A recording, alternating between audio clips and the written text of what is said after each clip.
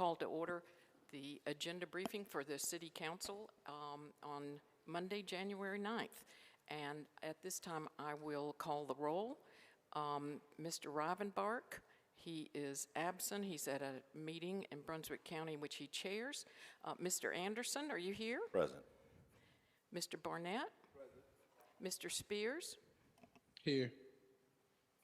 Mr. Waddell? Here. And Mr. Sappho is also at that same meeting but plans to be here later, and I am present in the room. Tomorrow evening we have several presentations, and then the consent agenda. C1 is approval of the minutes of the special council meeting on November 18th and the agenda briefing meeting on December 5th and the regular council meeting the next day on the 6th. C2 is a resolution officially accepting public improvements, including streets and storm drainage facilities within the Barclay Center subdivision.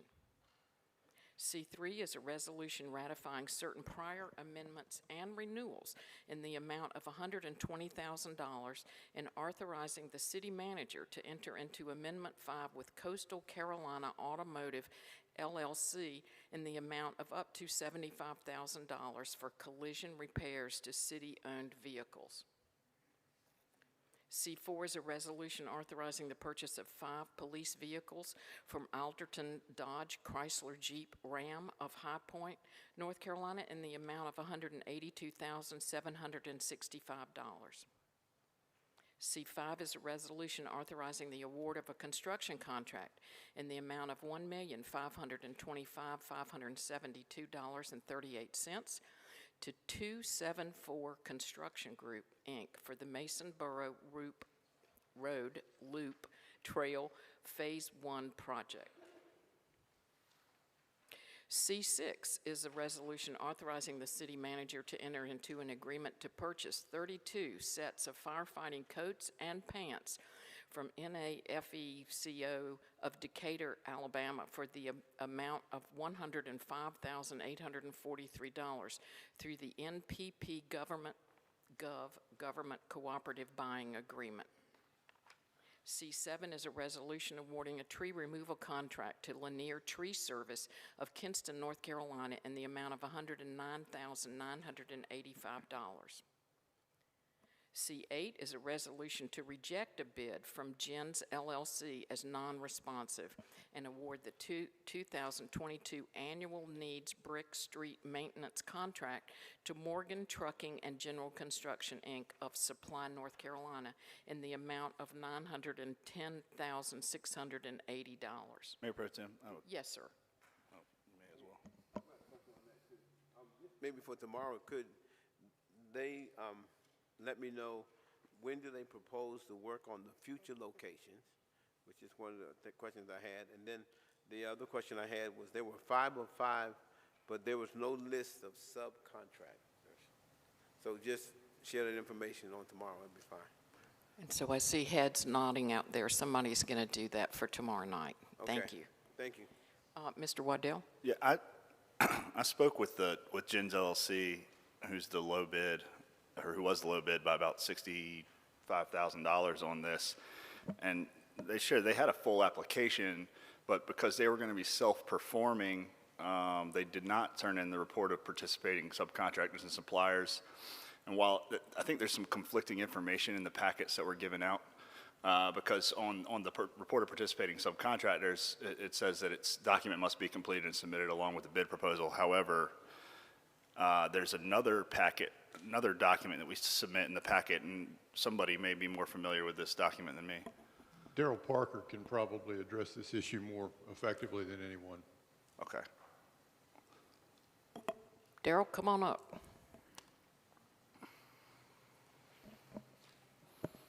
Morning. Morning. So they shared a document in the packet, and I left it in my office. Otherwise, I would have brought it, so I had it at my disposal here. But that document has a list of items that need to be submitted for any competitive bid, and it has asterisks by items that are required. And this document, the report of participating subcontractors and suppliers, had no asterisks on it. So it would, if you were reading that document, it would indicate that you were not required to submit this, especially if you were going to be self-performing the project. Well, there's no way that we would have known that they were going to self-perform, but the document that was supposed to be submitted has, it's underlined and say must be submitted with the bid. What about the conflicting document that we're? Well, it just happened not to be an asterisk by that item. Maybe when it was revised, the asterisk may have been left off. Okay, well, wouldn't it be in the taxpayers' best interest to give a low bid a chance if we're providing them with conflicting information? Well, I don't see that, Councilman, as a conflicted information because the bid was non-responsive due to the fact that it did not submit that document that was required. And it says on that document that it must be submitted with the bid. Well, I'll be happy to find this other document that. I know you're that talking about a says- bidder's checklist is what that is. Correct, That's just a yeah. guide. Good morning. Morning. I've been working with Daryl on this. I thought I might help out a little bit. The bidder's checklist that you're referring to is an internal city-generated document where, as he said, the asterisk was left off. However, that particular form is listed in the list as things that need to be turned in. The document that was not turned in is generated by the North Carolina Department of Administration. It's not a city document. It's actually generated by the state, and they require that it be submitted. If the contractor is going to self-perform, then they should at the very least fill out the top applicable portions of that document and submit it as a part of a complete package. Agreed. I think we need to clean up our documents. Yes. So that they're not conflicting. Yes, sir. Because this costs the taxpayers over $60,000 at this point because of an internal document that we did not have correct. So let's correct our documentation. Yes, sir. Also, last night I was just, if I wanted to take myself through the bid process, I went to the website, the city's website. There's a big underlined thing that says, if you're a vendor, here's your checklist. I clicked the button, it took me to a 404-page error. So let's get that updated as well. Okay. We really should clean these processes up because it's costing money to the taxpayer at the end of the day. And it looks like a not transparent process throughout. Absolutely, and we've already worked on that. I was not aware of the website issue, but we will work on that as well. I'll be happy to forward that link. Okay, thank you. And we are recommending that Gens LLC be found non-responsive. We've looked at it. If we give them the opportunity to turn in paperwork late that should have been turned in at the time, we are affecting Morgan Trucking, who did everything the way that they were supposed to, and that was the analysis that staff and our office made. Okay. Margaret. So has Gens applied before? You mean in the past? Probably have, but not since I've been in management. I can answer that. Do we assist people with this Since we process? The filling first, out the documents, no. The bid process, no. we don't answer questions, anything like that? Well, if questions come in, they must be written, and we'll respond in an addendum. Okay, well, when you put out conflicting documents like, I haven't seen them, I'd love to see them if you could email them, because we want to play fair. It doesn't, it sounds like the people that have the experience, maybe in this case, because our documents are wrong, have it a leg up. I don't know. Any other concerns? Thank you. Appreciate it.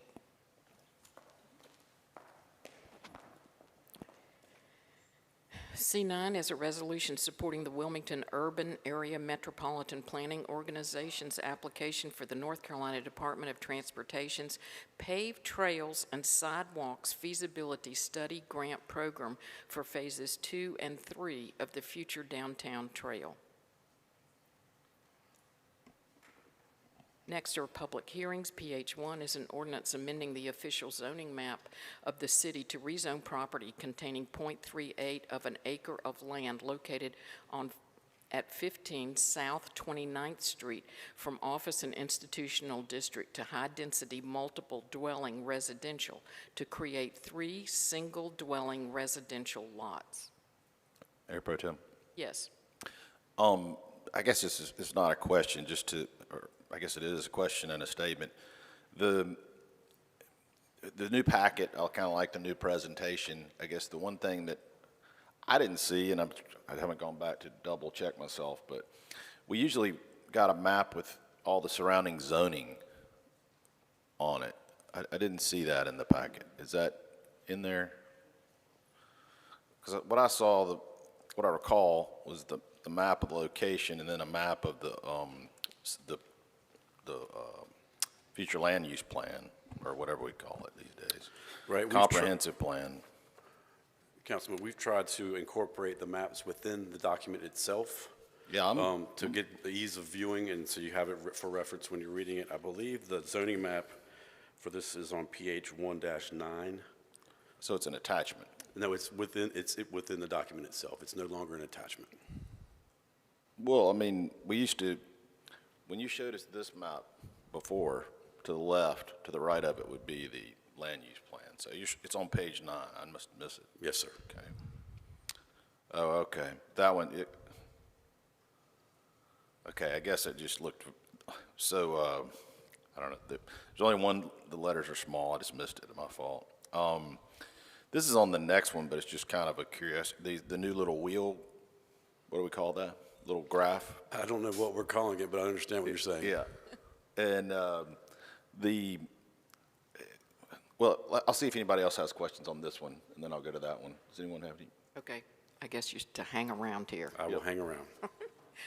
Okay, I have a question are on you that good? one. Okay, Mr. Yeah. Barnett? On page 47, this lady named Mary Little Craig talks about a cement parking lot being paid. I was trying to get what that means. What page are you referring to? 47? It's a, The public comment? yes. Talking about the overflow lot. Right, there's an existing overflow lot associated with the existing building right there on the corner, and that's going to remain in place. This is going to be outside of that. Okay, and they're not going to build It's not going to anything be on impacted by this whatsoever. that? Okay. All right, thanks.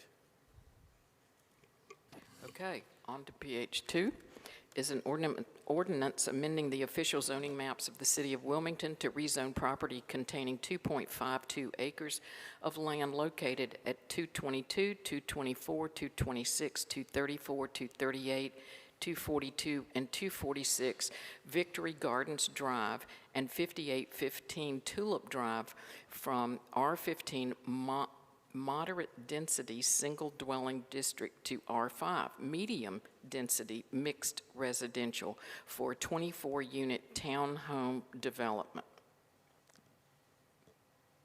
Mr. Anderson, do you have? Yes, thanks, Margaret. Brian, I guess the little red area, the little moderate non-support, I think was what it's, something along those lines. Yep, there we go. Modest, sorry. And so the only red thing I can find in the report was the infill, maintains character, improves access, et cetera. And then I guess what's the negative here? They're cutting 2 streets through that are helping connectivity. The only thing I can think of is it doesn't improve goods and services. And I'm all for mixed use, but mixed use just doesn't work everywhere. I mean, we'd have a lot more people opposed. I'm just trying to figure out the negative. Because that graph jumps out. People tend to, it's kind of the USA Today. You know, people don't read this stuff. They just look at that and say, look, there's negativity. So you can get back to me with it. I'm just curious trying to understand the negative. I think on that policy, it's kind of split. So when we create this wheel, we add up all of the reds, all of the blues, and kind of compile them together. So that is that 1-11-3. Right, I'm looking at that. Where it's split, because you read that policy, and there's parts of that policy that support it, and there's parts of it that don't. So it wasn't a 100%. So when staff does that, they kind of we don't want to give it one or the other, because there are parts that do apply in both directions. If that makes sense. It does. I'd just like to know what they are. What's the negative? You said they're split. What's the downside? I think it's just that it isn't mixed use, like you said. It's not mixed use. So in other words, it would have gotten a full blue if they had a barber shop or something in there. Correct. And that is just. And you thought that was appropriate for that that spot, That to was put part of commercial staff- in there. Yes, that was, well, it's part of staff's evaluation that the access to goods and services amenities was, It was 2 blocks off Market Street. Right, Or off Oleander. Oleander. Okay. right. And we'll discuss this internally again, so, Okay, thank you. thank you. Next are our ordinances. 01 is an ordinance amending the official traffic schedules of the city of Wilmington to establish a 25-mile-per-hour school zone on Floral Parkway for the Wilmington School of the Arts. 02 is an ordinance making supplemental appropriation for the purchase of crisis negotiation and extended investigation equipment and for a factory upgrade of the bomb truck utilizing $97,000 of the North Carolina drug tax revenue. 03 is an ordinance making supplemental appropriation in the amount of $3,500 to the Special Purpose Fund for site work and other improvements in preparation for the installation of artwork in Riverfront Park. 04 is an ordinance making supplemental appropriation in the amount of $3,418 to the Special Purpose Fund for the planting of azaleas along the Muni Golf Course and the beautification of the Market Street median between 3rd and 4th Streets. 05A is an ordinance making a supplemental appropriation in the amount of $2,514,313 from the Recycling and Trash Services Fund and $739,065 from the Fleet Fund for the purpose of purchasing 9 automated side-loading Packer trucks. 05B is then the resolution authorizing the city manager to enter into an agreement to purchase 9 Freightliner automated side-loading Packer trucks from Amic Equipment, Inc. of Mebane, North Carolina for the total cost of up to $3,253,378. 06A is an ordinance making supplemental appropriation of $4,814,500 to the general fund for the purchase of 820 North 2nd Street and to provide for related fiscal year 2023 operating costs. 06B is then the resolution authorizing $4,810,000 for the purchase of real property for economic development. Then resolutions, R1 is a resolution adopting the 2022 Parks, Recreation, and Open Space Comprehensive Plan for the City of Wilmington. And Resolution R2 is a resolution authorizing the City of Wilmington's 2023 state and federal legislative agenda. Madam Mayor Pro Tem, we'd like to have our the Intergovernmental Affairs Director, Kara Spencer, do a brief presentation of that state and federal legislative agenda for you this morning, please. Great, very good. Welcome. Hi. Hi. Good morning, Madam Mayor Pro Tem and Council. I'm really excited to be here with you today to address you for the first time. As you know, I just began my service here to the City of Wilmington a little over 2 months ago, and before that I was excited to welcome this body to FBI headquarters in Washington, D.C. So it's really good to be here with you again in a different context and an exciting one for me. So this morning what I want to do is I want to go over our 2023 legislative agenda, to offer a recap and summary of essentially what has happened in 2022 and to look forward at what we might anticipate, both at the state and federal levels. Before I do that, I want to be sure to just say thank you. So many people here at the City of Wilmington have been so valuable to me in getting me up to speed on the historical context of our legislative efforts. Also, I want to say thank you because my predecessor in this role, Tony McEwen, obviously did a wonderful job. And in my initial meetings with policymakers, it's been very clear that he's laid out a great foundation, and we're all the beneficiaries of that foundation. So thanks to Tony. So I'm going to go ahead and move through my slides. All right, yes. So included here, like I said, we're going to go over what's happened, looking back at what's happened at the state and forward, looking back at what's happened federally, and then we'll look forward, kind of a projection. Let's go to the next slide. All right. So Wilmington's state representation has not shifted since the election. We are very fortunate here at the City of Wilmington to have a very strong delegation, many of them in key positions, and they've all delivered in 2022 for the City of Wilmington in really significant and notable ways. I will say that Senator Michael Lee, as you know better than I do, has fought to increase our film incentives, and we're very grateful for his position as chairman on the Senate Education Committee.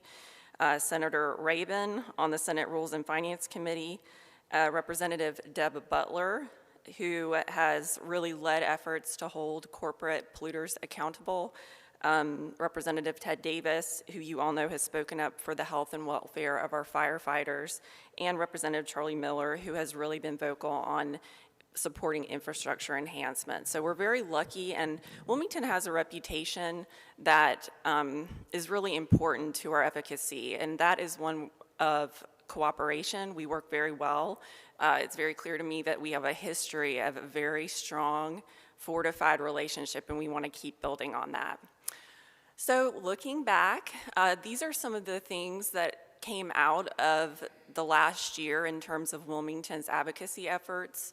So first things first, we've got the passage of 103, which is the sales tax revenue transfer. This is huge, and it's really an exponential investment in transportation that will grow over time. What you're looking at is, now that we're in 2023, you've got your 4% of sales tax revenue going to transportation. That's going to shift to 6% in the future. And so we're really talking about an estimated, $628 million in 2024. So that's a phenomenal accomplishment. We've got $25 million in additional airport funding. Our opioid quick response team has benefited from $750,000 of investments.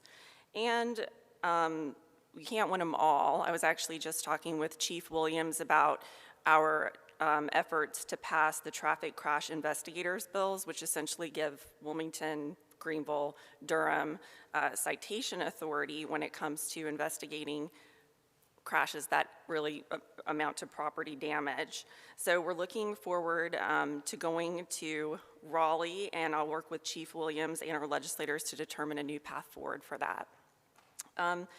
And it's not just about what you get passed, it's also about what you keep from getting passed. So when we talk about the commercial property plan review, my understanding is that would have had some unintended consequences and could have resulted in really the opposite of what was planned, that is delays. So we don't want to lengthen the approval process, and that did not pass, which we consider to be a positive thing. We've got $883 million coming through the state water and sewer infrastructure funds. So these are just some of the things that, of many things that could be mentioned that kind of came out of the last session. Can I ask you a quick question? Absolutely. Just the cliff notes on the traffic crash investigators, what was the objection? There was concern raised, my understanding is, and I can get you kind of a write-up on this, but my understanding was there was concern raised about a citation authority being given to non-sworn law enforcement officers. And there were a couple of other minor concerns. There was a lot of discussion about that. It did receive good hearings in the House, but in the end, it did not pass. So if it's okay with you, I'd like to write something up. That's more fine, but you thorough. mentioned those specific cities. I feel like I've seen those type, I see trucks with that kind of label on them all over the state and the country. Do other people find out, do other cities have that power and those three just don't? Or in other words, we applying kind of with Councilman, those three actually do have the authority. Wilmington, Greenville, and whoever the third one. Durham have the authority to do the legislative or do the civilian crash investigators. No one else in the state has that. and this bill was designed to allow for that to happen. So did that change ours? No. No, okay, thank you. I misunderstood the press. Okay, thank you. I think the future consideration, So that was a loss for the rest of the state, not us. right, I think the push to focus on is our citation authority. So while we do have traffic crash investigators, my understanding is that we're seeking the ability to write citations. Okay, we'll go to the next slide. Just to give you a sense, I'm sure you're all aware of the outcomes of our 2022 election, but to kind of give you an overall view of what things are going to look like when they go back into session this Wednesday at noon. Essentially, following the election results, Republicans gained the supermajority in the House, 30 seats, meaning they have the 3/5 majority needed to override any vetoes by Governor Cooper. They also increased their majority in the House to 71 seats. While 6 incumbents lost election, all of them from the House, our delegation representing Wilmington has maintained. So we will move forward with the delegation that we've worked with in the past.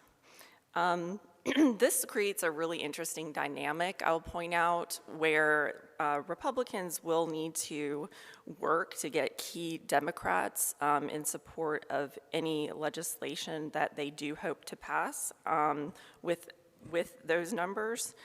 And in total, there are 33 new members, 7 new senators, 26 new representatives. So essentially, you're looking at a 25% turnover in both houses.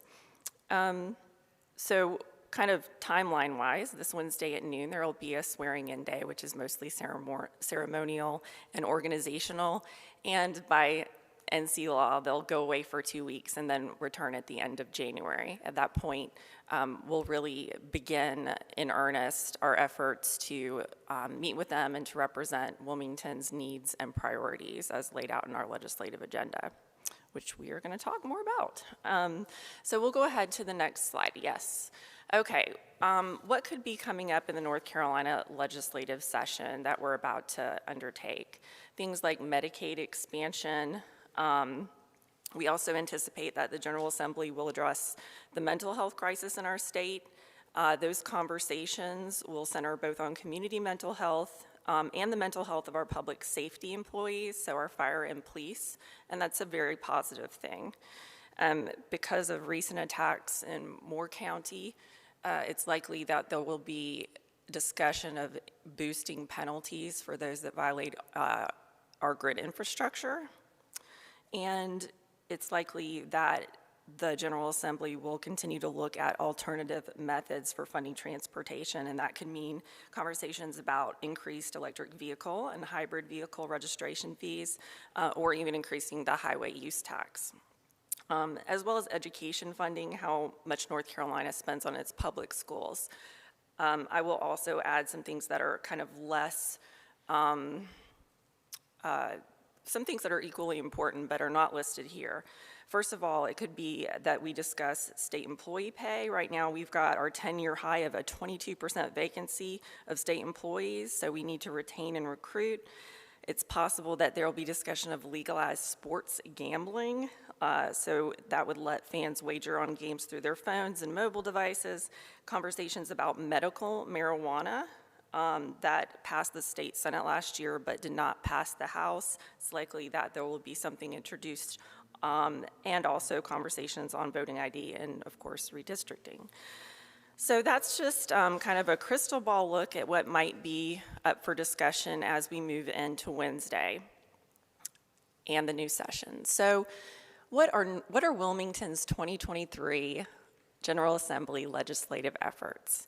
All of you have seen kind of the long-form version of our legislative agenda, and this is a shortened version of what is there. Some of these things will surprise no one because they are things that Wilmington has always valued, prioritized, and remained strong on. So we want to oppose legislation that undermines our municipal authority, our local government authority, and our ability to raise revenue. we have got to continue to support a strong film incentive. We've made so much progress on that, and thanks in large part to Senator Lee and others. And Johnny Griffin has done a phenomenal job of telling the story of how important the film industry is, and you know better than me how important those jobs are to our area. We want a strong response to the discharge of chemicals and ensure polluters are responsible. We want to support transportation funding. We want to emphasize the importance of that transportation funding in terms of maintaining accessibility of the area, and that's really a safety issue. So people in natural disasters before, during, and after can have access to our city and to their homes. We want to revise gang and violent crime laws to provide tools for our law enforcement and prosecutors. And we have already been meeting about this, and Chief Williams has been phenomenal in providing information and working with our district attorney and others. And so we will be promoting those messages in Raleigh actually in the coming weeks. Investments in mental health, things that can help us at the local level counteract the opioid epidemic, support our coastal infrastructure, and of course, our affordable housing opportunities. We have to make every effort and find every opportunity possible to get monies allocated so that we can do something to increase affordable housing in the area. Oppose modifications to room occupancy tax and funding for our regional search and rescue teams. I will point out you might be surprised to see that because we did make some progress on that, but after speaking with Chief Mason, it's clear that we need to continue to find future funding methods. And it's not listed here, but Wilmington has always been a strong regional partner to all of our surrounding communities, and so we're of course gonna look at and consider any proposals that would benefit our regional partners. We're going to move now from, that's the state, so now we're going to kind of go into Washington. Let's talk about what Wilmington can do and what we can benefit from engagement with our federal elected officials. Here they are. So in representing Wilmington and Washington, you have Representative David Rouser, who we're very glad to have in a leadership position as chair of the Water Resources and Environment Subcommittee, and Senator Tillis, who you all know, and who we're very pleased passed legislation protecting firefighters and emergency responders from PFAS exposure. And we're going to welcome a new senator to the North Carolina delegation, and that's Senator Ted Budd. If you do not know Ted Budd, he is a conservative Republican. He is from Advance, North Carolina in Davie County, and he has served since 2017 in the NC House, representing NC 13 in the U.S. House, and he was a member of the Freedom Caucus. So Senator Ted Budd will be someone that I look forward to working with and reaching out to him and his staff on your behalf to be sure he's aware of your priorities and our priorities. And just a few things that we're going to focus on in our federal engagement. Legislative change might be hard to come by in a very divided Congress, as you know, but we're going to continue to work for these wins for Wilmington. That includes supporting our funding and infrastructure through federal grants and programs. And again, we want really to focus on transportation programs that emphasize our resiliency and focus on pre-disaster mitigation and flood-ready infrastructure. And we want to find funds that we can use here locally and do everything that we can to combat the opioid epidemic. And also, of course, find affordable housing and historic preservation funding. I am going to just come close to concluding with a note about our partnerships. So in terms of Wilmington's legislative efforts, we don't do anything alone. It's always as collaborative as possible because that's how we all know you get things done. So we are constantly consulting with partners like McGuire Woods, the National League of Cities, the North Carolina League of Municipalities, and the North Carolina Metropolitan Mayors Association, of which our own Mayor Bill Saffo, we're fortunate to have as vice chair of that group. So all of these bipartisan groups kind of inform our legislative agenda, and work like moment by moment, day by day, hearing about changes that happen and how these things could affect us, might affect us, and our partners. So I just want to say that moving forward, we're going to continue to engage with those partners and fortify the city's relationships in Raleigh and Washington to the degree that we can, which hopefully we're going to come out of these sessions stronger than ever. And to that end, I will say that I do look forward, and I think we all should look forward to early February. I believe it's February 10th, but I'll get back to you on that. We're going to have a legislative breakfast here in this very room, in fact, where we'll be able to engage more personally and intimately with our elected leaders. So with that, I'll just be quiet and ask if you have any questions. Any questions? Great presentation. Thank you very much. Thank you so much. Mr. City Manager? Madam Mayor Pro Tem, we have some really good news for you this morning. The police department's going to give a report to you that includes the crime statistics just for the recently completed year, plus some updates on some other items. So, Chief, if you would Great. join us, and Thank you. didn't want to steal all your thunder, but had to give you a good entrance. I'll take what I can get. Welcome. Thank you.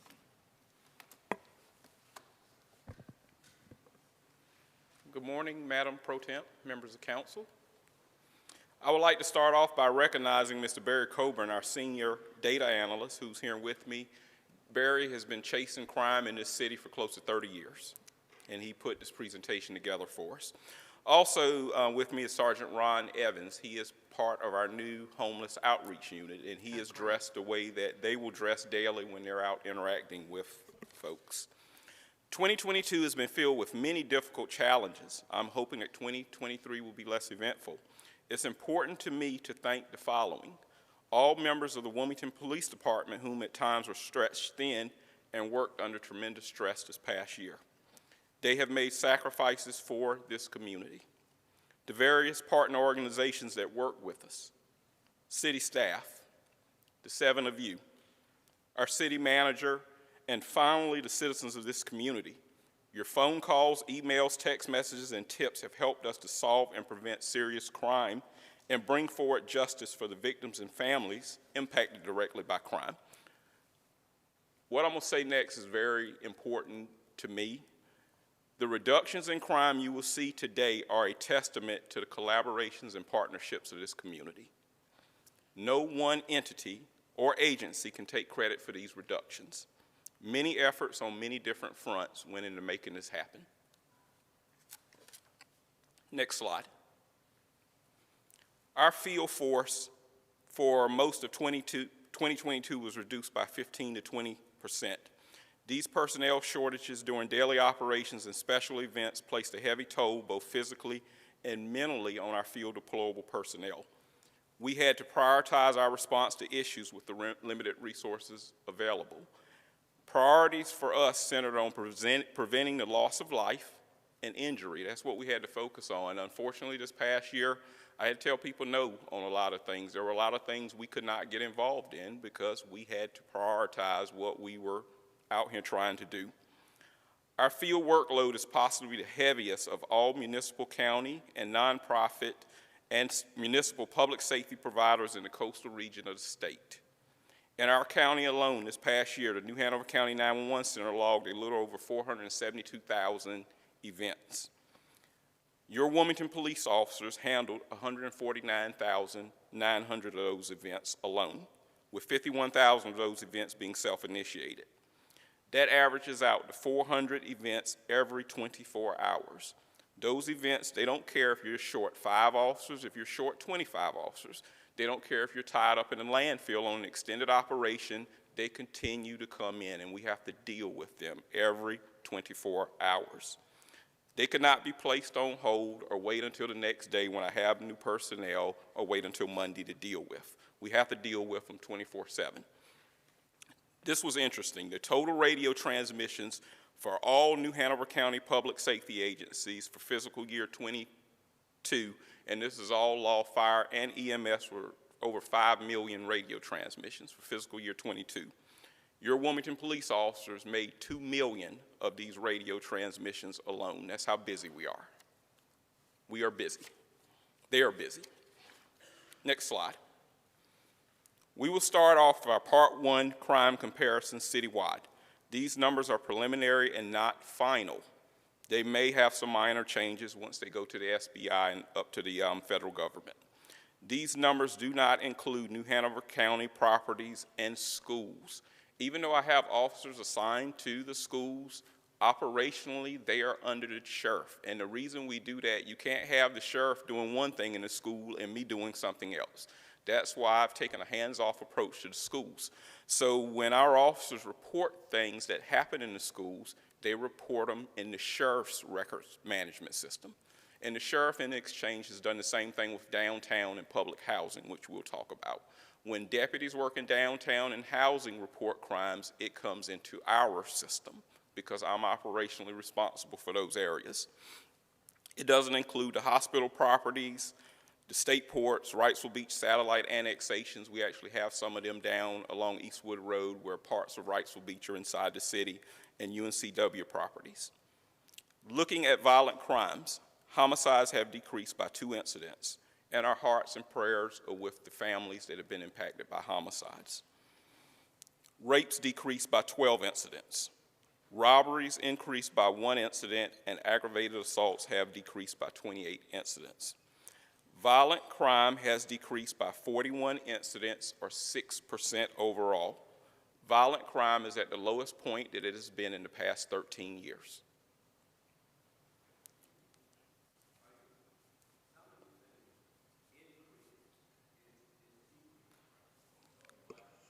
Okay, it sounds like you're saying increase. Some things did increase, but overall violent crime decreased. Okay. There was 1 increase in robberies. You had 1 additional robbery over last year, but everything else in violent crime has decreased. Yeah, so like murder, rape. Yes, murder, okay. rape, robbery went up some, and then aggravated assaults decreased. But overall, we're 41 less incidents, and we have a 6% overall decrease in violent crime. Okay, thank you. Looking at our property crime, burglaries have decreased by 54 incidents. Larcenies decreased by, 97 incidents. Motor vehicle thefts increased by 45 incidents, and arsons increased by 4 incidents. Overall, property crime has decreased by 102 incidents. Overall, Part 1 crime decreased by 143 incidents, or 4%. This is the lowest that it has been since 2009, this past year. Next slide. When we look at our homicides, we had 11 homicides with a total of 13 victims. And when you look at social media, folks tend to want to tie all homicides to gang-related activities. Looking at this breakdown, only 2 of the incidents were gang-related. 1 was a narcotics deal that went bad. 2 of the incidents with 4 of the victims were domestic violence, and 6 of the incidents were fatal assaults. We made arrests in 10 of these 11 cases. Our clearance rate is above 90%. The national average for clearance is somewhere around 50–60%, but we are above 90% on our clearance rate. We only have that 1 outstanding homicide. I am very proud of our Criminal Investigations Division and the willingness of our other divisions and partner agencies to support them. In one of the cases, our people put in close to 2,500 hours over a 2-week period. At times, they worked for days with little rest and not seeing their families because they knew that solving that case and bringing closure was so important. That case and many others took a heavy mental toll on them and their families. I had officers where cases are now starting to impact their families, not just the officer. To give you some comparisons of some other metro cities, we were able to find some homicide numbers, and we found 3 cities that are larger than us, and we found 3 that are smaller, and I'm just going to name the populations and not the cities. One city with a population of 879,000 people, for 2022, they had 102 murders.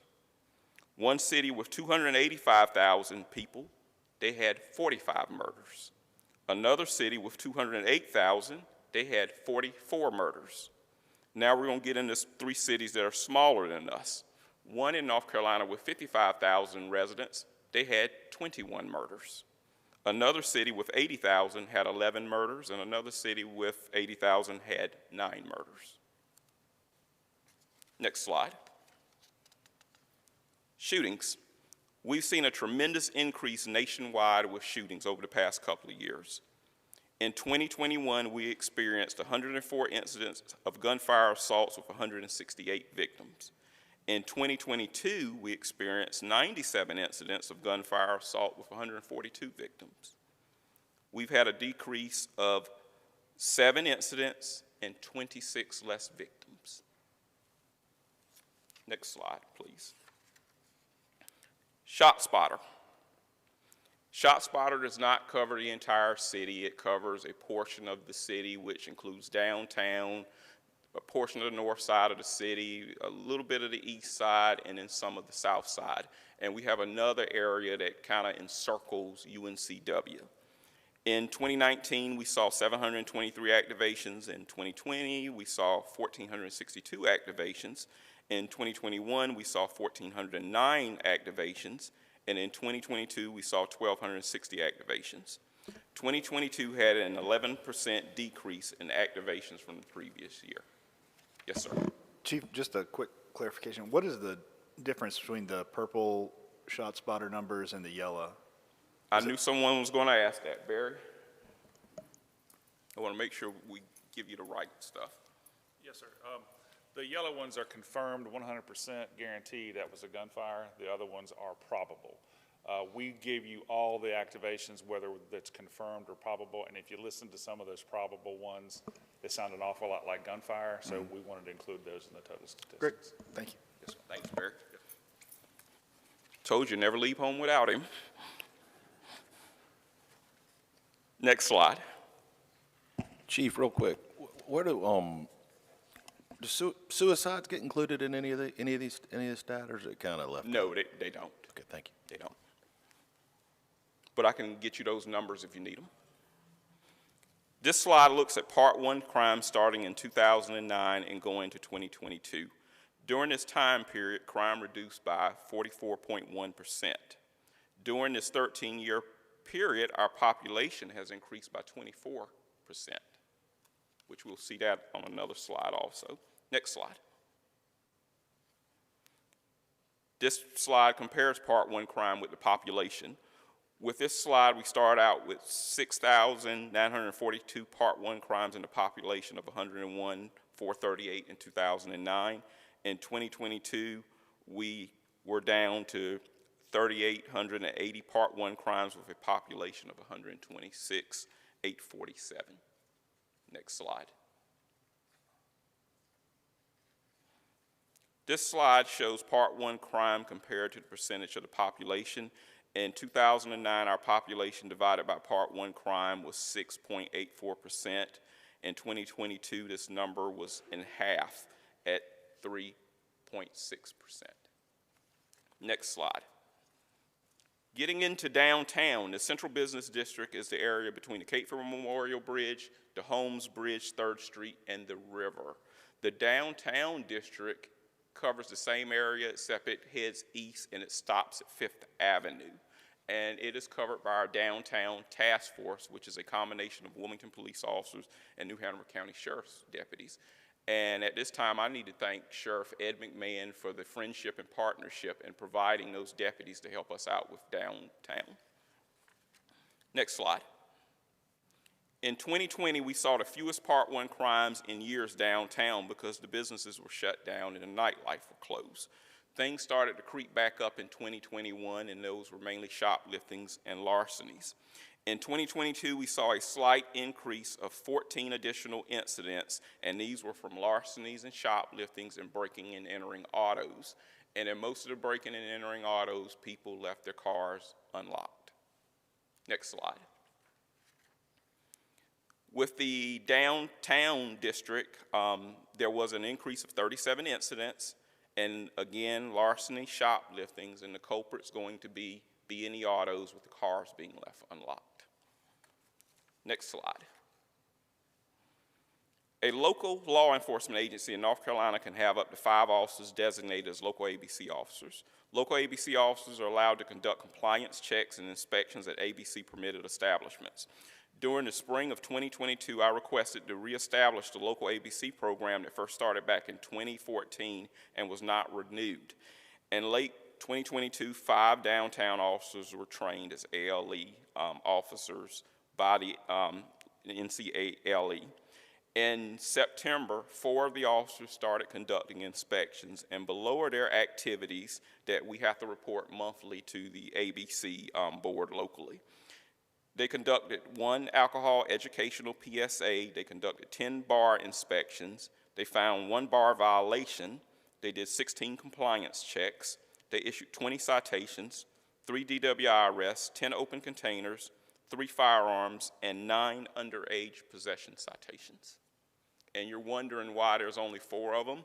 One of the officers that was initially trained, he ended up needing to be transferred to the traffic unit, and the officer that we replaced him with downtown has not received the ABC training. Next slide. Chief, real quick on that one, do you have have you been able to use that with your manpower situation being down, or what? Have you been able to use that the way you had planned or intended?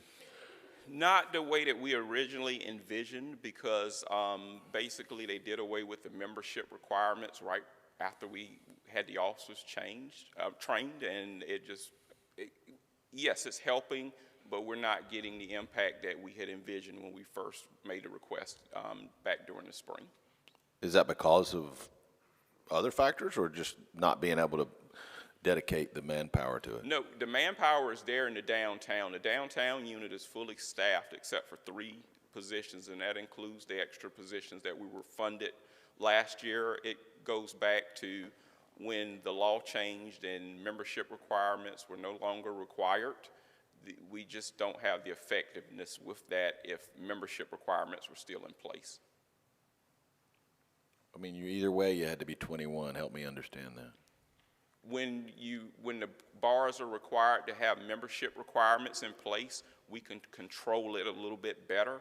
Now that there's no membership requirements, when the law changed, there's not a whole lot that these ABC officers can do that a regular officer can't do. Council member, let me take you back. You'll recall, well, you probably won't recall, I recall, when liquor by the drink was passed in North Carolina, and a certain percentage of sales had to be related to food. Over the years, the percentage related to food went down. This past year, I believe it was, they eliminated the distinction between whether you were selling food or not and whether you could sell alcohol. So there is no longer a private membership required for clubs. Yeah, I'm aware of all that. I'm just trying to, because even then it was, so they had somebody stand at the door and say, you can go in under me. It was kind of a joke, or $1 to get in. I just don't see I'm missing how it changed it. But so with some of the late coming out of the bars late and underage, if we have so having that, what do we call that? The golden, people call it golden badge or whatever, the ABC badge. That just, it really isn't benefiting us as much as what you're saying. A little bit, but not as much as it was when we first made the request, and we were under the old law where the private membership requirements were in place. So can one of these officers go into a bar, and if they suspect someone drinking's underage, ask for their ID? Yeah, they can go in and do inspections and so forth. Yeah, they can do that. Okay, thank you. Next slide. Oh, I'm sorry, we're there. The pilot partnership with the county came together very fast and is still in the early stages. There are daily operational protocols and work processes still being established and vetted. When dealing with human behavior and human rights, there is usually not a quick fix, and this new effort will take some time. This may be a long journey and not a quick race. On December the 10th, which is a little less than a month, 3 officers started in the field working with social workers. And we're only going to work them downtown at this time. We just need to start this thing out small and then see where it goes. Our primary job as Wilmington police officers is to provide a safety net for the assigned social workers and develop contacts with individuals. WPD personnel have worked a total of 340 hours to include training and field work. Officers and social workers are adjusting and learning to work together as a team. This is all new for both agencies. Work is being done to build trust and relationships through field contacts, frequent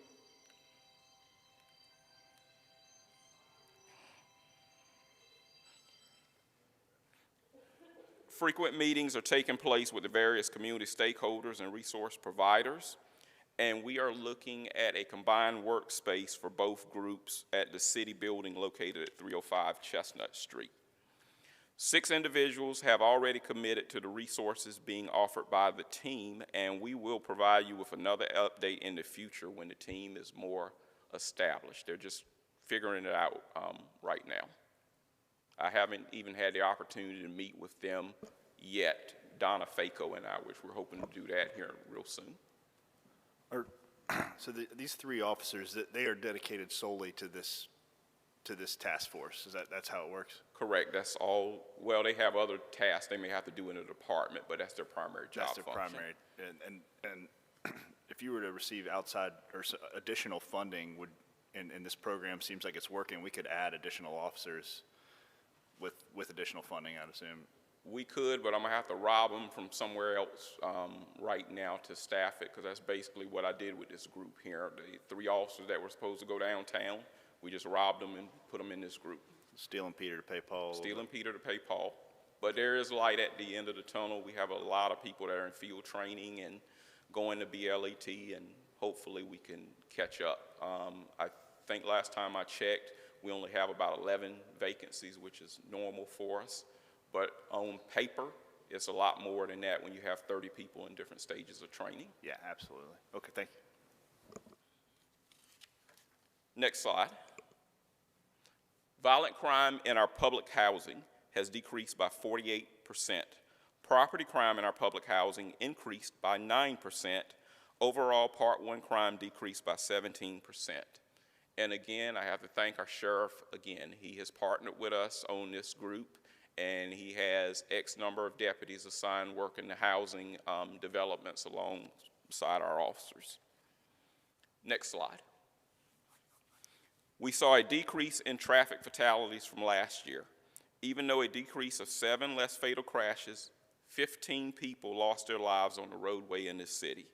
Our hearts and prayers are still with those grieving those losses.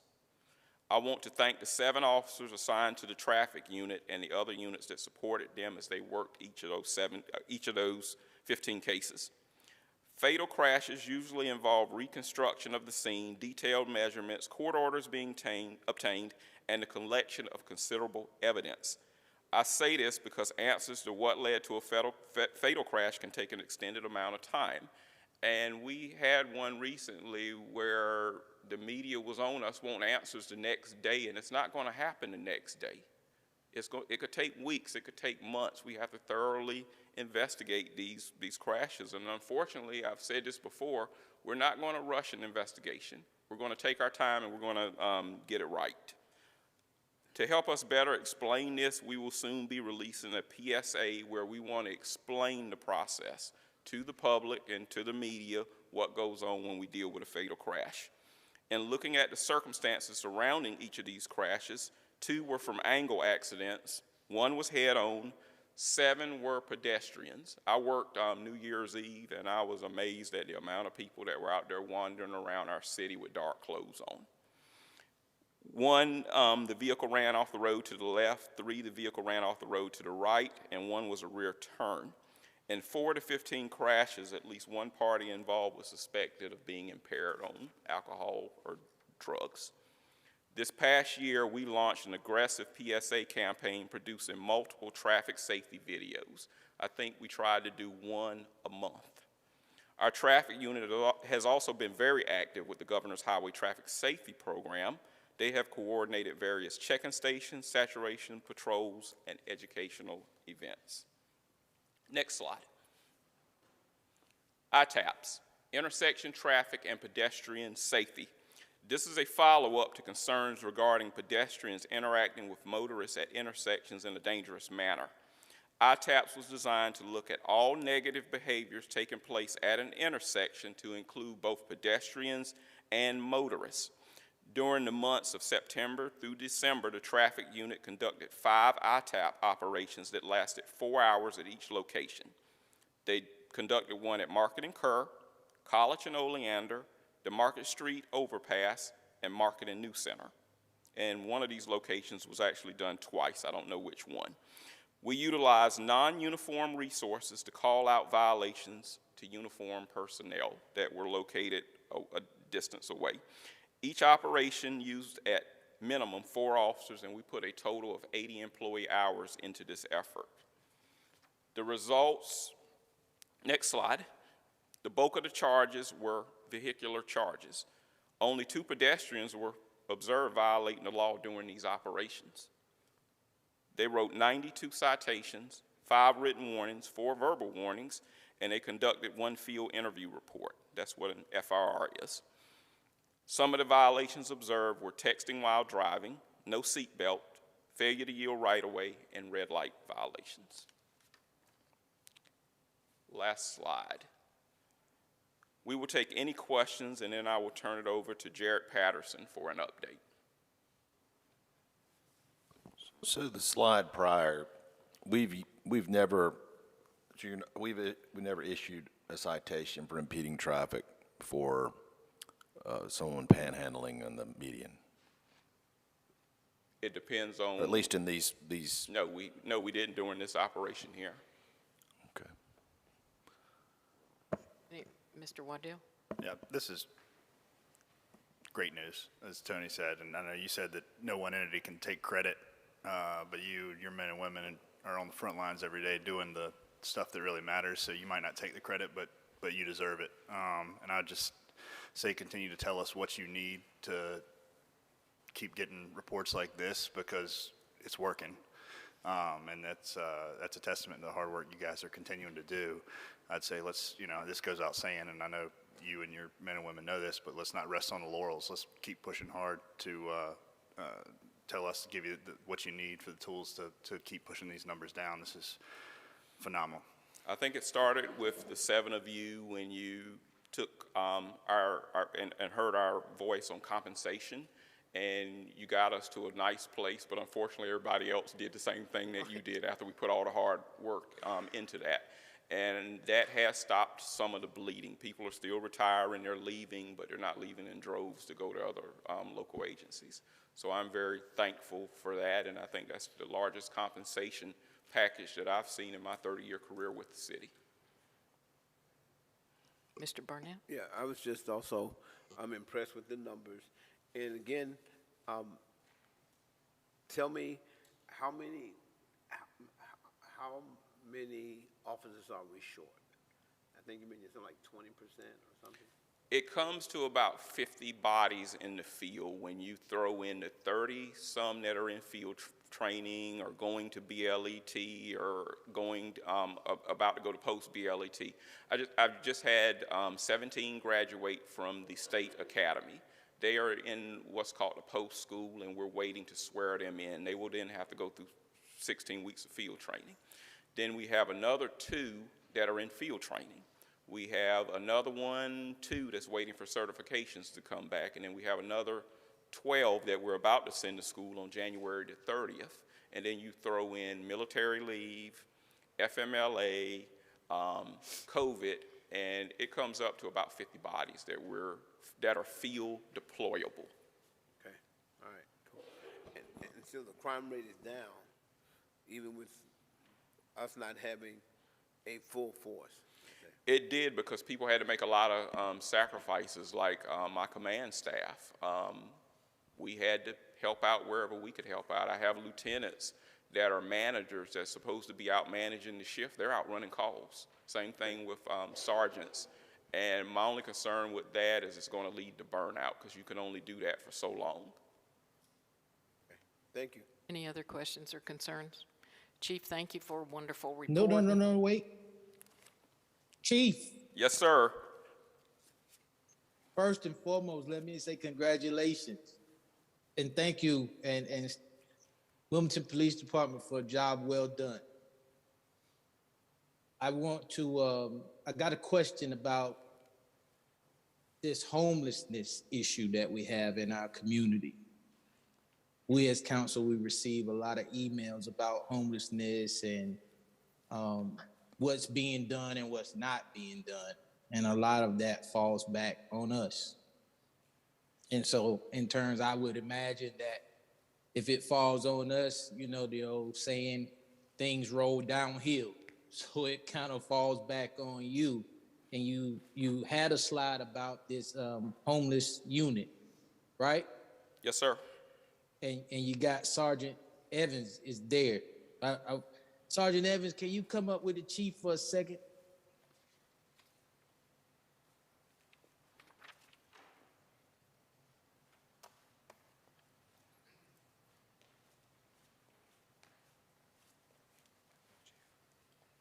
Yes, sir. Plus, I just wanted to see what you had on too. The chief said you were dressing. I didn't know you know this. I didn't know how you were dressed. I didn't know if you were dressed like a detective or what, but you got on your uniform. Okay.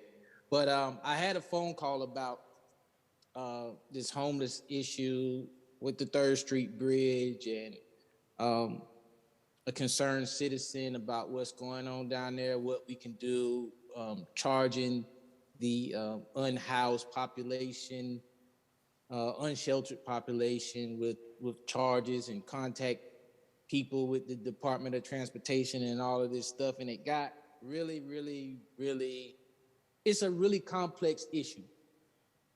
But from this conversation, this citizen told me that he was told by our WPD that a percentage of the homeless people in the city of Wilmington are being brought here from Myrtle Beach and being dropped off. So I just wanted to know if either you could shed some light on that situation for me. That has been a theory that some of our officers have had since I was a line police officer. And it actually came up about 2 years ago that Myrtle Beach was busing people in. So me being me, I picked up the phone and I called the chief of police in Myrtle Beach, Chief Amy Prock. And Amy assured me that that is not the case. And since that initial phone call, Amy and I have developed a working relationship. Our 2 departments actually have been on a conference webinar together. I was just on the phone with Amy as recently as last week, and she assured me again that that has not taken place. So if one of our officers told a citizen that, they should not have done that unless they had actual facts that that is taking place. And if you could get the officer's name for us, or if the citizen would give us the name, we will follow back up on it to make sure that we are sharing factual information with our citizens. Unless they know something that I don't know. Well, this citizen swore that he would testify in court that one of our officers said that. And I'll tell you the irony of that is last year around the Azalea Festival time, a family member of mine in a group text, he accused the Wilmington City Council of doing the same thing, saying that we took the homeless population and dropped them off in Myrtle Beach so that they wouldn't be visible during the parade. And I mean, I got so angry about it. I said, that's the most outlandish thing I've ever heard, you know, and I'm on the council, so if that's happening, I don't know anything about it. Maybe they're leaving me out of the loop. But, you know, I've always wanted to be a conduit for just helping us to understand what's going on, or shedding light on situations, or dispelling myths in our community, because we know that a lie travels faster than the truth. And I agree with you, Chief, that if we do have evidence of that, we should present it. But otherwise, we definitely shouldn't be telling our citizens that, because clearly they believe it. Yes, sir. Thank you. Thank you, sir. Mr. Anderson? And this, Chief, you may know the answer to this, but if not, Tony, who, I've gotten a lot of calls, I'm somewhat similar to what Kevin's speaking to under the bridge. Who owns the land, the property where that homeless population is settling? The state. Under the bridge? NCDOT. Okay, so I guess what used to be the railroad bed area so it's kind of, it's not the community college, it's the state. I think it's the state, and there is a meeting tomorrow to talk more about that, which I'm not going to be in attendance at that, but yes. Okay, thank you. To bring council up to date, that the meeting to which the chief referred, there is an ongoing initiative between the staff and NCDOT to not only police that area for litter, but also to work on trying to keep the unhoused folks from using it for shelter. We're working through the details of that process, and that's what tomorrow's meeting is about. Chief, thank you very much. It's all good news, and it's all due to your hard work and all of your staff. So thank you again. We appreciate it. Thank you. Thank all of you. Madam Mayor Pro Tem, you will recall that part of the initiative with regard to the panhandling was a public outreach effort, and Jared Patterson is here to update you on where we are with regard to that element of the panhandling. Thank you, Jared. Great. Welcome. Mayor Pro Tem, members of council, good morning. This is an update to a presentation that staff gave last year on panhandling. Chief Williams has addressed many of the issues already in this presentation. I'm just going to tie up a few loose ends for you. As part of the presentation, we had identified two overarching problems associated with panhandling, along with some solutions. Of those problems, the first being that panhandling is not a sustainable solution to the real needs of individuals. Individuals who solicit money in public places, such as public roadway intersections and sidewalks, are often associated with human and social needs that include food insecurity, lack of employment, addiction, substance abuse, lack of shelter, and addressing these needs in a sustainable way takes structured systems of support. And while an individual donation can meet a momentary need, reliance on that method of subsistence leaves underlying needs unmet, and as a result, these individuals continue to live in a position of need rather than transition to an improved state of health and well-being. Solutions that we had identified to connect to that problem include partnering with the public to strengthen social services that meet needs and address root causes, as well as connecting individuals to the social services that they need. The second problem that we had identified was that panhandling can create other problems along the way, examples being traffic and public safety matters. Chief Williams has already spoken to enforcement, as well as the joint city-county street outreach program, which is working to connect individuals to social services that they need. A better way to give is a community giving opportunity that the City of Wilmington has developed in partnership with the United Way of the Cape Fear. This is responding to the matter of partnering with the public to strengthen social services that meet needs and address root causes. This is going to create an opportunity for community members to support local nonprofits that address food insecurity, lack of employment, substance abuse, addiction, and lack of shelter. By creating a means for community members to donate to agencies and organizations that provide structural support to individuals, the community can have a simple and easy way to provide support in a more holistic and sustainable way than by donating directly to an individual. For this program, the United Way is going to provide the administrative support for the program. The City of Wilmington is going to provide public information and awareness. There is an agreement already in place, and the public information is going to begin later this month. We had spoken previously in the presentation about the placement of signage. We envision a full public information campaign to be associated with this effort.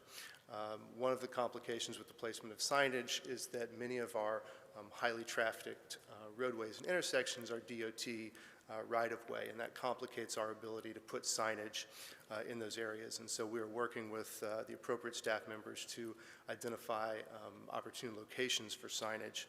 And this is the mock-ups of the general idea of what this message would be. And then finally, we presented at the end of that presentation 5 action items, and I want to give you a progress report on those action items. Enforcing existing laws associated with panhandling and directing or redirecting resources for that enforcement is already underway, as Chief Williams has spoken to. Identifying opportunities to enhance street outreach to direct those in need from the street to social support services is also underway, partnering with the community to provide a simple and easy way for them to donate to nonprofits that support those in need. The agreement is in place, and then finally, starting later this month, the public information campaign to raise awareness. And with that, I believe we will have responded to these 5 action items that you were presented, and that is the conclusion of my update for you. Mr. Anderson? Jared, so number 5, we haven't done anything with GTV or billboards to date. That's going to start this month. We wanted to get the agreement in place so that we can direct people to an action that they can take. Will that be like QR code or? Exactly. Okay. These are mock-ups. That QR code doesn't take you anywhere, so don't try to scan it. But billboard TV the same way? Yes, exactly. But are we making this, is there anything here that's going to be a little more specific to, could we have a derivation that's also about the danger of people being in the middle of the road? Does that make any sense? I mean, like what we're doing, but some variety might, I mean, where this came from, you know, we've gotten all kinds of, over the years, about aggressive panhandling downtown, et cetera, but it just doesn't seem to be directed at, in any way, at the panhandling in the medians and in the streets. Okay. I mean, like, what I imagine in one of these GTV things is, you know, showing a picture of this and saying, this is dangerous, you know, do this instead, kind of thing. So, I mean, not just targeting that a little more somehow, or, you know, people want to know that we're targeting that. Okay. And here it's just, it's all inclusive, which I'm in favor of that as well, but I feel like we need to kind of draw that out a little more. Thank you. Mr. Waddell? Yeah, this has been something I've been fairly passionate about for the last year, and I'm excited to see, you know, it come into fruition, to see physical signage and a physical campaign. The original iteration of this was a little more direct. It said, you know, say no to panhandling, there's a better way to give. And I think that message is important because what we have right now is misplaced altruism, that, you know, which is why we're seeing an increase in the, you know, panhandling and the medians. That's ultimately a public safety issue. So I was really excited about the original iteration of the signage. I realize we're fairly limited on where that can go, but I think activity on this and getting this message out here and this campaign out here is going to be critical to addressing this issue, really having a compassionate approach that's going to help people and get them to real help rather than, you know, a handout as the campaign suggests. So my only comment would, I think, piggyback on to Councilman Anderson's a little bit, is that maybe the original iteration, the original idea that we had, maybe a more direct approach that communicates it to the public, which is our ultimate goal, I think, here. Mr. Anderson again. Oh, Mr. Barnett? Johnson. Okay, go ahead. No problem. I guess when I, you know, saw the promotional things, I believe, did we not do a study of, did the chief or somebody do something that says we're not really having that many people in the medians breaking the law? Did we, was that ever acknowledged? The previous, the advice we got from the previous city attorney was that we would not be allowed to prohibit the solicitation in the median of panhandling in the median, unless we could prove that that specific location was a hazard to health and safety. And to do that, it would require an amount of time and investment in energy and money to do a statistical analysis that that particular intersection was or was not more hazardous. We have not engaged in that kind of resource allocation. Okay. And I thought then that this effort was to reach out to the general public and say, here's the way we can help our homeless challenged individuals. And so that's what I thought the signs were going to say, which, I mean, I like the signs. I'm in favor of them. It's just hard to put them, I guess, where that guy's standing on the corner, you know. Right. Yeah, we do have some complications with placement as well as, Yeah. verbiage and having something that appears more in a regulatory nature than we're actually able to do. Okay, good deal. Thank you. Back to Mr. Anderson. I guess the more I think about it, I mean, I do, piling on a little bit on what Luke had to say, going back, you know, I think of this, now I don't know how these signs, are going to be used exactly, and you can elaborate, because you can certainly do more on GTV than you can a billboard or a sign, because that's just you know, you can't explain it or go with a couple different slides. But these just don't look effective to me, Jared. I mean, they're just too many words. You know, it's just too much. You just drive by. I mean, it needs to be like an election sign. You know, don't give to panhandlers, donate. You know, I don't know what it looks, I'm just off the hip, and give them that code and give them the names of some good charities, and that's it. You know, it's just a lot of verbiage. All the people will see is a hand and a heart and go, I wonder what that is. Maybe somebody's, you know, doing something for heart disease. I mean, it just needs to be, it needs to make the statement quicker, you know, and pointedly. And then on TV we can do, you know, you can explain it a little better. I don't know, 30 seconds, minute, 2 minutes, whatever people will hang on for and watch. But that's just my thoughts. If I drive by that, I don't know what it's telling me. Just personally, thanks. I will say that of the three signs, I somewhat agree with Mr. Anderson. The third sign is much better because it's less words, and in yellow it says donate below. And I think you've probably already had them made and whatever, but They're not made. I will say that these are largely going to be, that you see here, are going to largely be in more pedestrian areas. So this is going to be for pedestrian traffic rather than vehicular traffic. pedestrians, they're not panhandling pedestrians. They're panhandling people in cars, and we know exactly where they are in town. But I agree with Neil. There are too many words, and you don't really get what it all means. You know, there's a better way, donate below. I mean, there's just too many words there. But I think the yellow, donate below, that tells people we're trying to get you to do something here. Otherwise, Yeah. I think it's a great idea. We ought to try it. I'm all for it. Let's try something. Just, have you seen any other signs in the city, in other cities? We have a few examples that we've seen. Were they like this, or were they? They're somewhat similar, yeah. Okay. All right. Thank you. Any other? Mr. Waddell? I think where we got this idea, the original signage that we were looking at, I want to say it was Greensboro or it was another North Carolina. We grab an example from Greenville.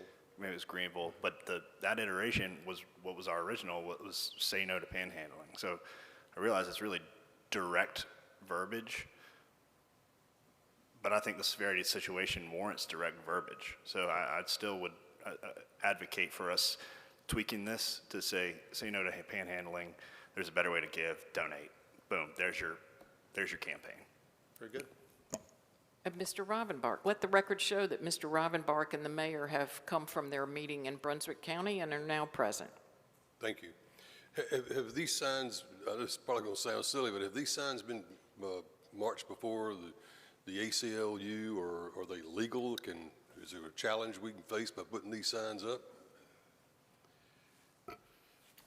I'm not aware at this point of any legal challenges to having the signs in general. No, sir. Okay. I know that this is something, and everybody knows it's all over, not just here, but the people that are the hardcore doing this, they'll stand right beside that sign and continue to ply their trade. I feel that. So, we got to do something. Because I get more calls on this and the scenes that we see on our sidewalks and whatever than anything that I've ever, including consolidation and annexation. Well, it's okay if they stand there, if people just stop giving them money. Very good. We'll work on some more direct iterations of these, as well as I want to note this is going to be a part of a larger effort in terms of public information. Great. Thank you, Jared. Appreciate it. Mr. City Manager, do we have any other business? Madam Mayor Pro Tem, we have a request for a closed session. We have no other presentations for open session. Okay, thank you.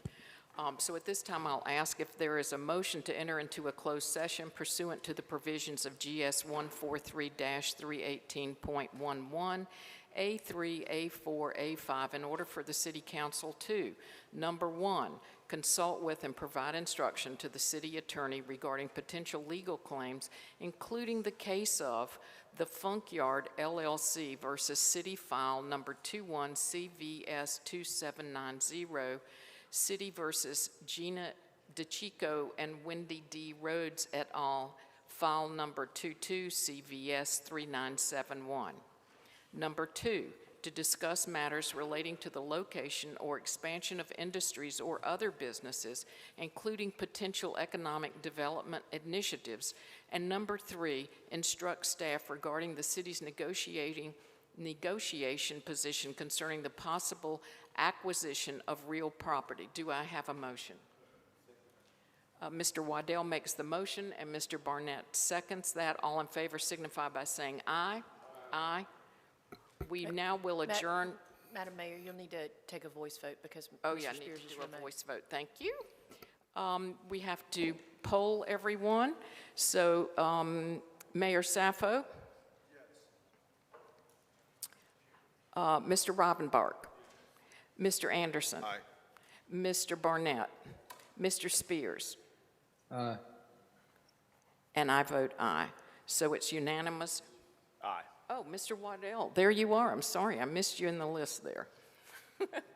Thank you. Well, at this point, we will adjourn to the city manager's, the city attorney's conference room, and at the end of the closed session, council will reopen its public session and adjourn from that location without returning to the council chambers.